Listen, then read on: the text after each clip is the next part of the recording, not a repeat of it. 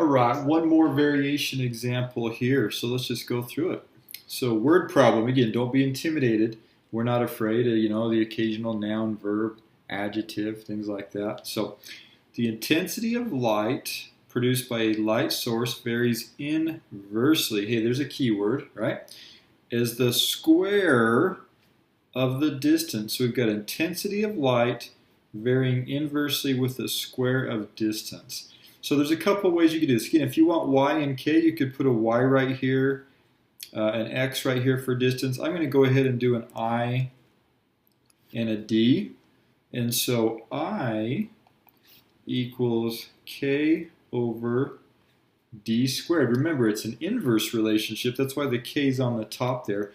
And now the process, we just want to figure out what our k is, just like we've been doing.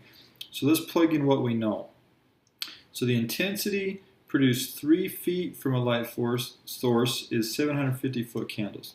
So 750 equals k over 3 squared. Now, foot candles, there's different units for brightness. So don't, just a unit, it maybe sounds funny to you, but don't worry about it.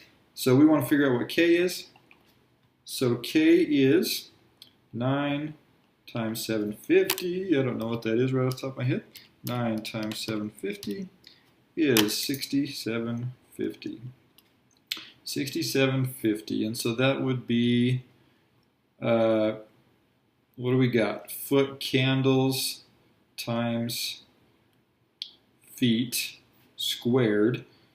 And so one of those feet would cancel, so we'd have candles per feet. Anyway, the units don't really matter for the k value, okay? So that's okay. Let's do the same thing we did before. We've got our k.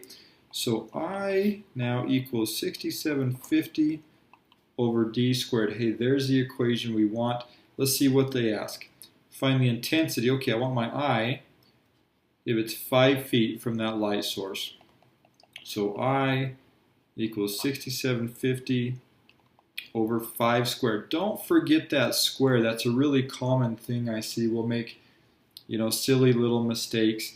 And so just plug things in. So let's do 6750 divided by 25, and we get 270. So I equals 270 foot candles. I'm going to include my units there. And there you go. Variation, not too bad, I hope, but it is a big idea, one we want to feel comfortable with.